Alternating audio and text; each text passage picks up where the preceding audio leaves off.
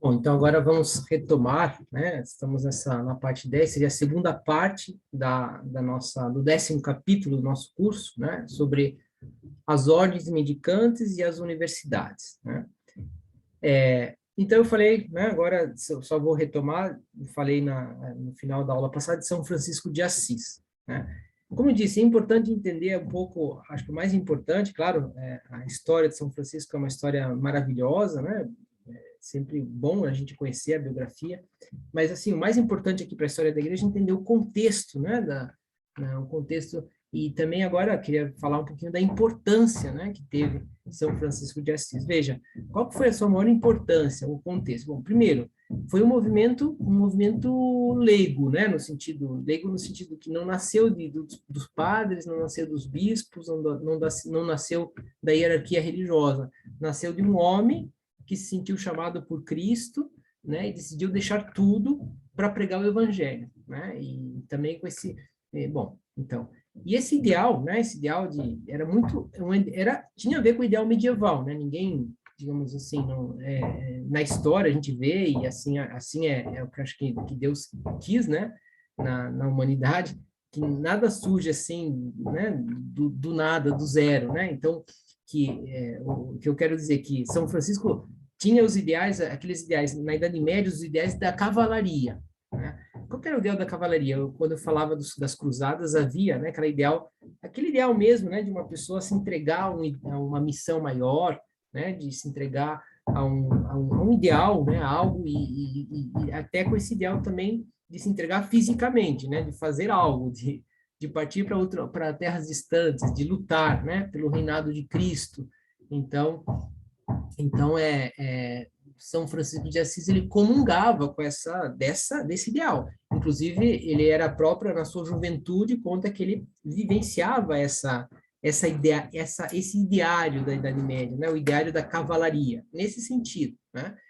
Só que, em determinado momento, né, movido pelo Espírito Santo, ele percebeu que esse ideário ele podia aplicar e podia viver procurando, digamos assim, dentro da igreja, né, no sentido, pregando a palavra de Deus. Por que também? Porque nessa época, aliás, era muito comum nesse período, tinha nascido vários desses movimentos populares, né, de religiosos populares. E nesses movimentos populares, como foi o próprio franciscanismo nesse período, né, foi um movimento popular, né, que depois, né, se transformou em uma ordem religiosa, assim como São Francisco tinha vários movimentos, mas tinha alguns desses movimentos, eles iam né, se desviavam da doutrina católica. Então surgiram também muitos movimentos heréticos na Idade Média e que era necessário combatê-los. E por isso São Francisco vê, né, essa necessidade de sair para pregar o evangelho. Tá? Então foi o ideal da cavalaria, o ideal também digamos assim, o ideal da cruzada, né, nesse sentido, né, de eu vou trabalhar por Cristo. E a novidade dele foi como, né? Como eu vou fazer isso? Em vez de subir num cavalo, de colocar uma armadura medieval, partir para as cruzadas, né? Ele falava assim, não, é justamente seguir a Cristo numa pobreza mais absoluta, viver, digamos, esse ideal que Jesus Cristo propõe de um modo literal, né? Deixa tudo, né? Então, esse ideal da pobreza, né? Da pobreza evangélica, tá? E daí a igreja foi entendendo, nesse período, a importância, né, de se desprender das riquezas, se desprender. Vocês lembram que nessa época era muito frequente, nesse período, né, digamos assim, aquela questão das investiduras, né, a questão de pessoas que se vinculavam à igreja por interesses econômicos, então havia muita confusão nesse sentido. Não que não houvesse pessoas, como a gente lembra da ordem de Cluny, que eu falei, né, quer dizer, que nessa época aí tá no seu apogeu, né, por exemplo, como São Bernardo, que eram pessoas né, que, digamos, tinham o ideal de seguir a Jesus Cristo, né, não por dinheiro, não era a maioria, mas era comum isso, né, acontecer de uma mistura, assim, né, de um poder até pecuniário, né, de ganhar dinheiro com, digamos, a participação na igreja, a vinculação à igreja, a hierarquia da igreja. E São Francisco veio lembrar que falou, pô, peraí, isso aí tá errado, né, não é esse o caminho, não é essa mensagem de Cristo, vivendo essa pobreza absoluta. Então, isso foi muito importante, né? Muito importante. Nesse sentido, São Francisco foi realmente uma pessoa que mudou, né? O desenrolar da história da igreja. E por isso, também muitas pessoas se vincularam. E quando ele falece, em 1226, a ordem franciscana era uma ordem já espalhada por toda a Europa Ocidental, né? Com presença em muitos lugares, também no Oriente, né? Lembra que eles iam ocupando, né? Iam recebendo como eram os custódios, não, os guardiões de vários lugares da Terra Santa já nessa época, como até hoje, tá? Bom, então esse foi, digamos, o legado de São Francisco de Assis que a gente retoma. Depois surgiram outras ordens mendicantes, que é importante falar. A outra ordem mendicante, que é quase que faz uma dupla com São Francisco, nesse período, exatamente nesse período, que é a ordem dos dominicanos, tá? São Domingos de Gusmão já era pouquinho diferente de São Francisco de Assis. Ele era até mais velho que São Francisco, né? Ele, vamos chamar assim, Domingos de Gusmão, ele se ordenou sacerdote, né? Depois ele foi, né? Digamos, ele era canônigo regular, né? Canônigo regular significa, digamos, sacerdotes, né? Que vivem alguma regra, tá? Então, às vezes era um grupo de sacerdotes que passavam a morar juntos, vendo uma determinada regra, então esse era canônico regular, que tinha aparecido várias dessas instituições, né, várias dessas regras para padres na Idade Média, era muito comum, né? Então, e um dia ele viaja com um bispo até o sul da França, vai como assistente do bispo ao sul da França, e era justamente no sul da França que havia o maior problema de difusão de ideias, né, ideias heréticas. Em concreto, por exemplo, a difusão digamos, da ideia dos cátaros, né, os cátaros, ou também, vou falar agora um pouquinho dos cátaros, né, ou também no sul da França eram chamados albingenses, porque era a região de Albi no sul da França. Mas nesse caso aí, podemos colocar, era a mesma coisa, tá? Albigenses, porque era o pessoal lá do sul da França, e cátaros, a heresia cátara era digamos, que estava se espalhando pela Europa. O que era o... E depois também outra heresia que era parecida com os valdenses, né? Que vinha de um seguidor, veja, era de um leigo que começou a pregar sem nenhum mandato, né? Sem nenhuma aprovação, chamado Pietro-Valdo, né? Um pouco antes de São Francisco de Assis, só que ele mais para o norte da Itália. Então, e Pietro Valdo, que formou os valdenses, desculpa abrir um parênteses, tá? Mas vou falar só dos valdenses, porque eu só vou falar isso. Ele justamente pregava um ideal parecido com São Francisco, né? De deixar tudo, né? Mas contra a hierarquia, contra os padres, né? Contra os bispos, né? Como um segmento puro do evangelho era se afastar, né? Da igreja, às vezes se afastar dos sacramentos mesmo. Então isso gerou, claro, muitas pessoas, muita rebelião, muitas pessoas que se afastavam da igreja, né? São chamados valdenses, mais para o norte da Itália. Mais para a França, né? Se espalhou muito a heresia cátara. O que é a heresia cátara? A heresia cátara é uma espécie de gnosticismo medieval, né? Que defendia a seguinte ideia, né? Que veja, também um pouco parecido com São Francisco de Assis, mas vai cair, digamos, para a heresia, né? Para o afastamento da doutrina ortodoxa da igreja.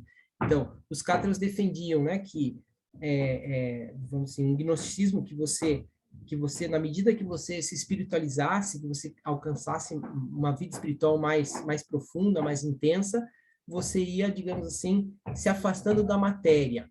Ou seja, tudo que é material é ruim, né? Tudo que é material se afasta de Deus. E que o que importa é a vida espiritual, né?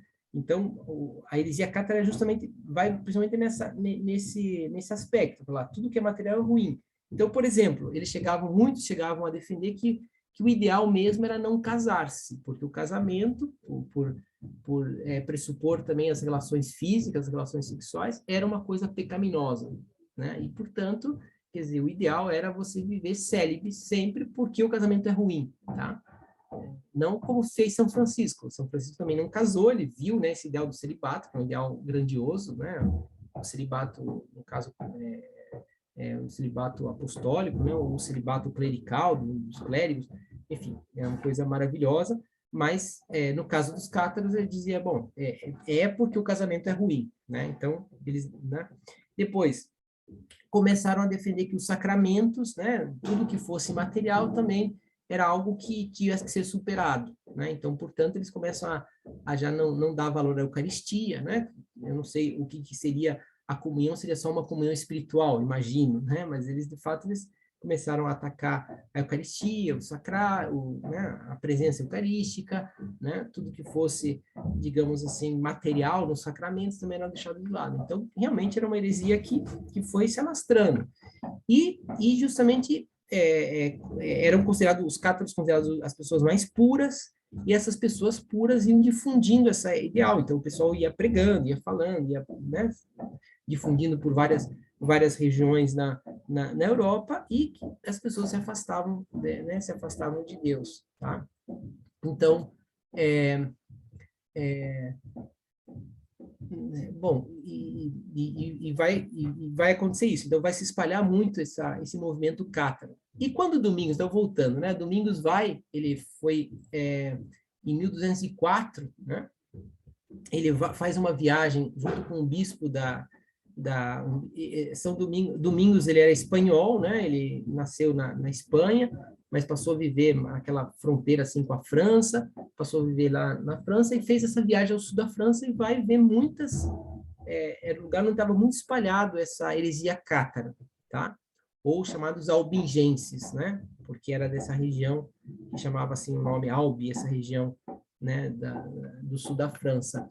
E vê a necessidade de que era necessário pessoas com muita formação, pessoas que fossem capazes de pregar, né, contra essas heresias. Aliás, o bispo foi com esse intuito, né, de ir nas localidades e explicar, né, digamos, os malefícios dessas heresias, desses problemas, e ele foi com esse intuito. Ele via, puxa, isso aqui não é obra só de uma pessoa, de um bispo, ou que era necessário pessoas que dedicassem a vida a isso. E ele, então, né, viu, né, movido talvez também pelo Espírito Santo, a necessidade de fundar uma ordem religiosa.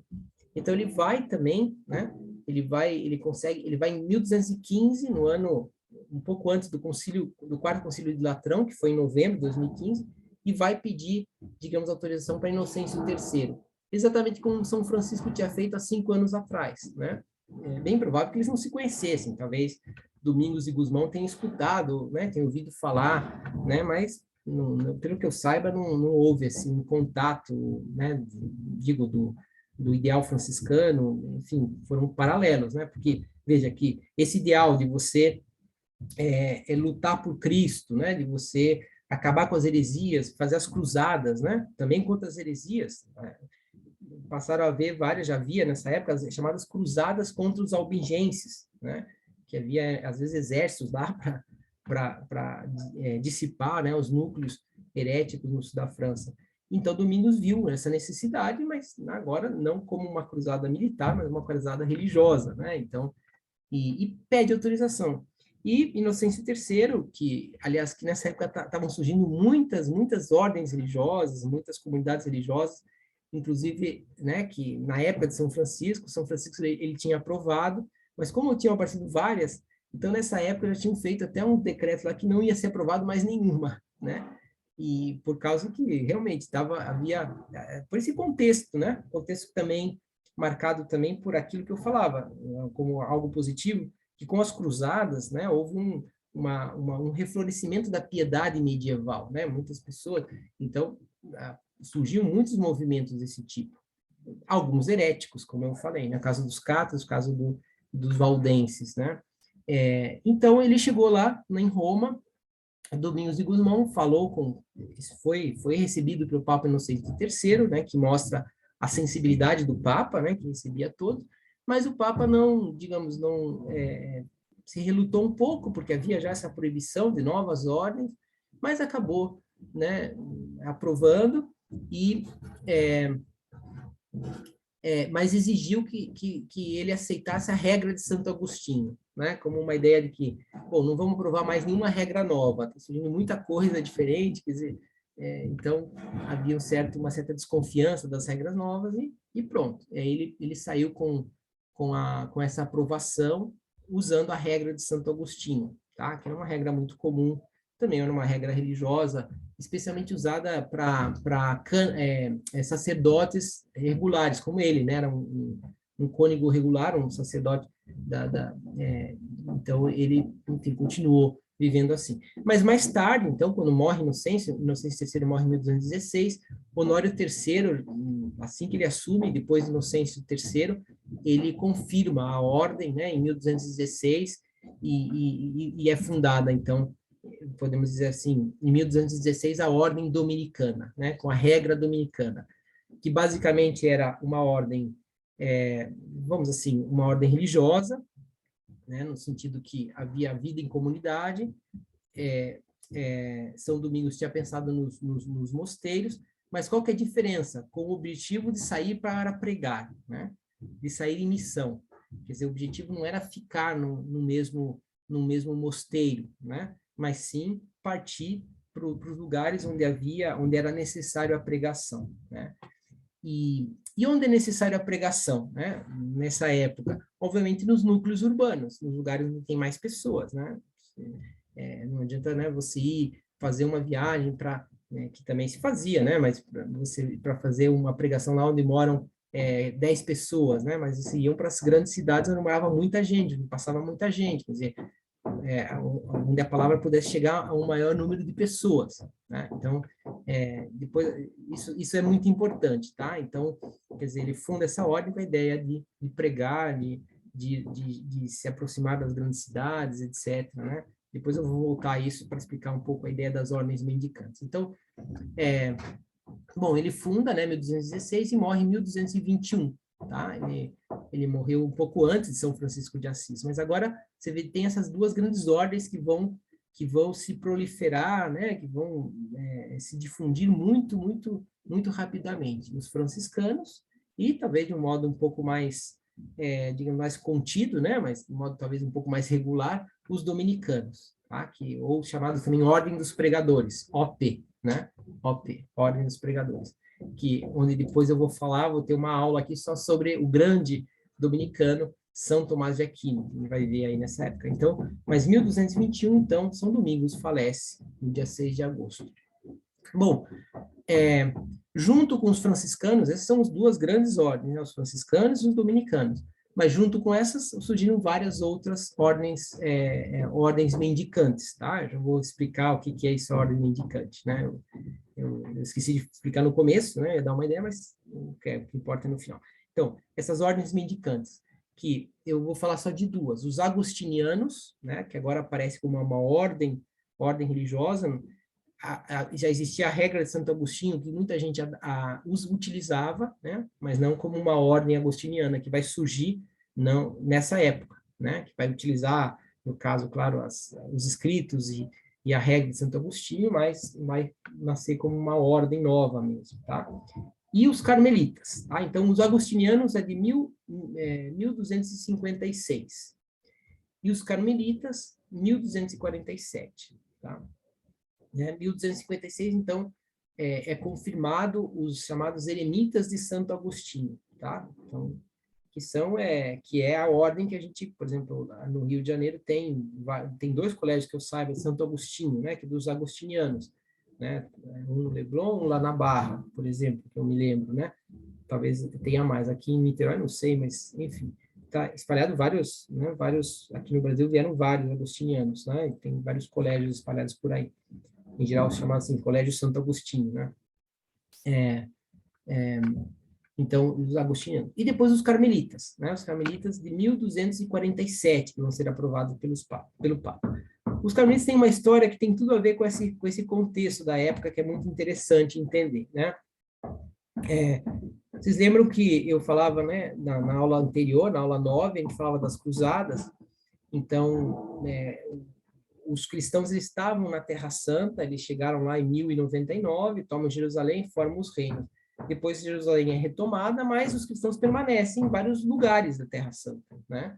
Sei lá, Trípoli, Antioquia, ele falava Edessa, enfim, né? Edessa, vários lugares, várias cidades, então havia lá como fortalezas cristãs, ou às vezes pequenos núcleos populacionais cristãos, pelo menos defendido, né? Pelos templários, pelos militares cristãos. E um dos lugares mais, assim, que os cristãos permaneceram até o final foi justamente no Monte Carmelo, tá? Que, se eu não me engano, fica, acho que próximo de São João de Acre, ou próximo de Haifa, né? Que é a região onde foi o último bastião dos cristãos, o último lugar onde os cristãos estavam na Terra Santa, que foi a cidade de Acre, ou São João de Acre, né? Como assim chamavam naquela época, que atualmente chama Acre. Que está em Israel, né? Mesmo nessa. Então, e lá nas proximidades havia o Monte Carmelo. Então a gente sabe que o Monte Carmelo foi o monte onde Elias, né? Elias, digamos, se encontrava e escutava a Deus, do Antigo Testamento, né? E desde o profeta Elias, eu não sei, eu saberia citar agora, não me vem, pode ser, acho que talvez o profeta Elias, eu estimo mais ou menos lá por volta de 600 a.C. E desde o profeta Elias, digamos, nasceu ali uma comunidade, né? Uma comunidade de pessoas que não era tão frequente, digamos, na espiritualidade judaica, né? Mas era uma comunidade de pessoas que iam lá ficavam rezando, né? Ficavam uma espécie de comunidade religiosa, né? Então, era uma comunidade do Monte Carmelo. Com a vinda de Cristo, então, essa comunidade se converteu em uma comunidade cristã. Então, era como se fosse praticamente uma primeira comunidade religiosa, né? A comunidade do Monte Carmelo. E, claro, quando, né, nasceram as ordens religiosas, já estamos no século III, século IV, então lá se formou o que eram chamados os carmelitas, ou a ordem do Monte Carmelo, mas era algo que acontecia só lá, tá? Não era uma ordem como a gente pensa, a ordem beneditina, uma coisa mais espalhada, mais organizada. Então, ficaria isso. Claro, quando o território é já invadido definitivamente pelos muçulmanos, então o grupo que estava lá no Monte Carmelo, que cuidava do Monte Carmelo, que ficava rezando no Monte Carmelo, teve que deixar o Monte Carmelo. Eles foram acolhidos na Inglaterra, né? Isso foi no ano 1228, eles tiveram que sair, né? No ano 1228, e no ano 1247, então, esse grupo que tinha saído do Monte Carmelo, é constituído como uma ordem religiosa, né? E também uma ordem mendicante, que são os carmelitas, tá? Já vou explicar. Bom, agora eu vou explicar o que são as ordens mendicantes, né? Mas ele também é constituído assim, né? Só vai ser mais tarde, vai ser em 1452 que é constituída a ordem feminina, tá? Nesse caso, a ordem em 1247 era uma ordem masculina, tá? Dos carmelitas. Mais tarde, então, veio a ordem feminina que deram muitas santas, né? Que depois a própria Santa Teresa reformou, Santa Teresa de Lisieux também, digamos, potencializou, né? Todo o desenvolvimento dos carmelitas, que a gente conhece mais agora, mais no ramo feminino, né? Que pelo menos os carmelos, assim, que eu lembro, são normalmente as carmelitas mulheres, né? É mais comum, assim, pelo menos que eu conheço, né? Não sei como é que tá. Mas, enfim, então eu citei, então, 4 dessas novas ordens da Idade Média, né? A ordem franciscana, a ordem dominicana, os agostinianos e os carmelitas, tá? Tem outras também, poderia citar outras, mas eu separei essas daqui. Então, afinal de contas, por que a gente chama assim ordens bendicantes? Pessoal, isso eu acho que é o mais importante para a gente entender, justamente para entender justamente a história, né? Esse contexto, essa mudança, né? Por que chama ordens mendicantes? Então, mendicantes, a palavra mendicantes também tem a ver com mendigo, né? Mas não tem só não significa de pedir dinheiro, mas sim mendicantes vem de pessoas que vão de lá para cá, que circulam, né? Que vão, digamos assim, vagueando, né? Como a palavra vagabundo, né? Significa isso, a pessoa que vaga, né? Que vai de um lugar para o outro, que não tem um lugar fixo, né? Então, o mendicante é isso, né? Só que sem essa conotação pejorativa, né? Claro, o vagabundo que não faz nada e por isso fica circulando. Não, o mendicante é aquela pessoa que não tem um lugar fixo, né? Mas ele não tem um lugar fixo. para diferenciar, veja, aí entra uma diferença muito fundamental agora, né? Do que era até então, era concebido as ordens religiosas. As ordens religiosas, vamos pegar o grande exemplo, que foi, vamos assim, a ordem religiosa por excelência na Idade Média, é a ordem beneditina, tá? Da Baixa Idade Média, ou melhor, desculpa, da Alta Idade Média, agora nós estamos na Baixa Idade Média, né? Ordem beneditina. E qual que era o ideal dessa ordem, da maior parte dessas ordens religiosas? Então, a pessoa, ela encontrava um mosteiro e ficava no mosteiro, né? A ideia era, ele ia, né? Pelo menos o seu ideal era estar ali no mosteiro. É verdade que foi muito comum, às vezes, de abades, de pessoas religiosas que eram chamados, às vezes, para fazer uma missão, eram chamados para ser bispo, eram chamados para ajudar o Papa aqui e acolá. Isso acontecia, por exemplo, o caso de São Bernardo, né? Tá? Que, na época da Segunda Cruzada, que pregou a cruzada, por exemplo, né? Mas agora, então, o ideal era esse, era você se vinculava a um mosteiro, tá? A um local. Então, era lá do mosteiro, por exemplo,